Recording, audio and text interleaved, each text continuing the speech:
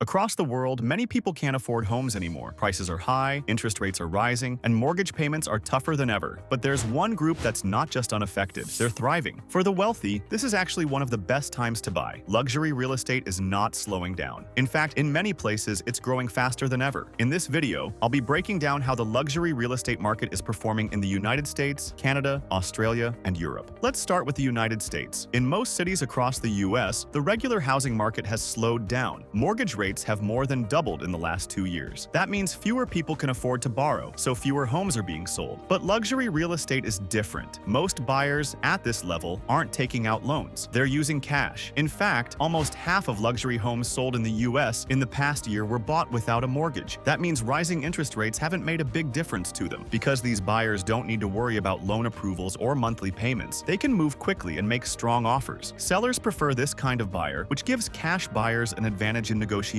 It also means the high-end market has stayed strong, even while the rest of the housing market is struggling. Some of the biggest luxury markets in the US are New York City, Los Angeles, and Miami. These cities are known around the world. They offer things like luxury shopping, entertainment, waterfront views, and high-end services. In New York, luxury apartments in Manhattan are still selling at prices over $20 million.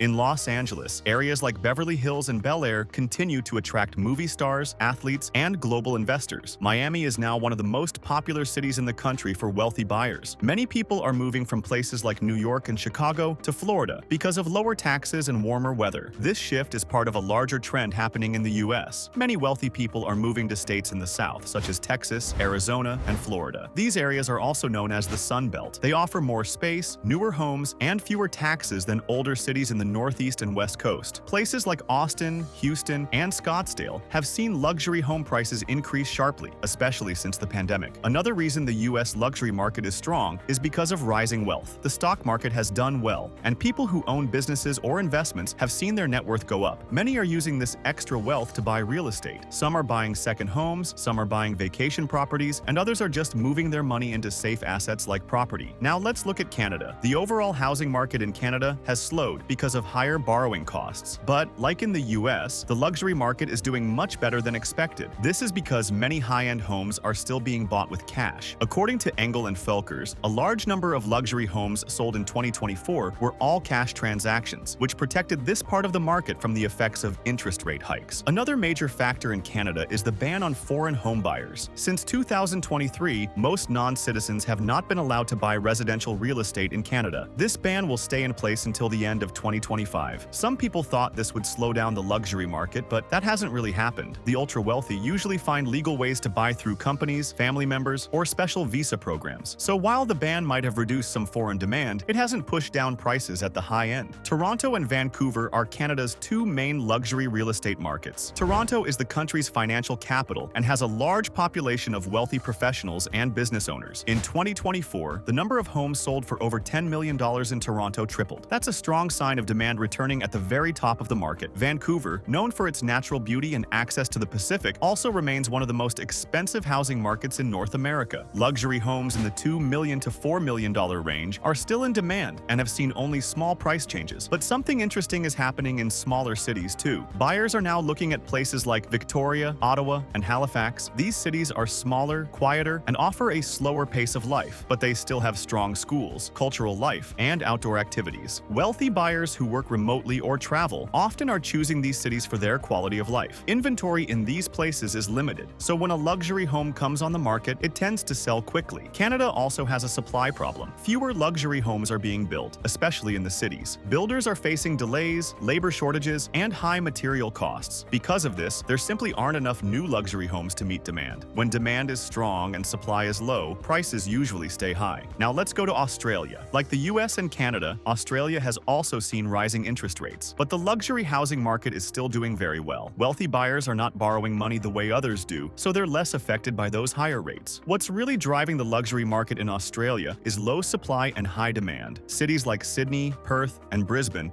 are at the center of this trend. Sydney remains the most expensive city in the country, with waterfront homes selling for more than 10 million Australian dollars. These properties usually come with pools, outdoor kitchens, and views of the harbor. Demand is especially high for homes that offer privacy, security, and access to top schools. In Brisbane and Perth, buyers are looking for space and value. These cities are growing fast, and some luxury luxury homes are still more affordable compared to Sydney. According to a report from NAB, one of the biggest banks in Australia, buyers are placing more value on lifestyle than ever before. After the lockdowns during the pandemic, many people want homes with more room, outdoor areas, and natural surroundings. Another reason the market is strong is the return of buyers from overseas. After the borders reopened, interest from Asian buyers, especially from China, Singapore, and Hong Kong, started to rise again. Many of these buyers are looking for second homes or long-term investments. Australia is seen as a safe place to live, with a stable government, a good healthcare system, and strong schools. That makes it attractive to wealthy international families. The exchange rate is also helping. Right now, the Australian dollar is weaker compared to the US dollar. That means buyers from the US or from countries tied to the US dollar can get more value. A $5 million home in Sydney might only cost them around $3.3 million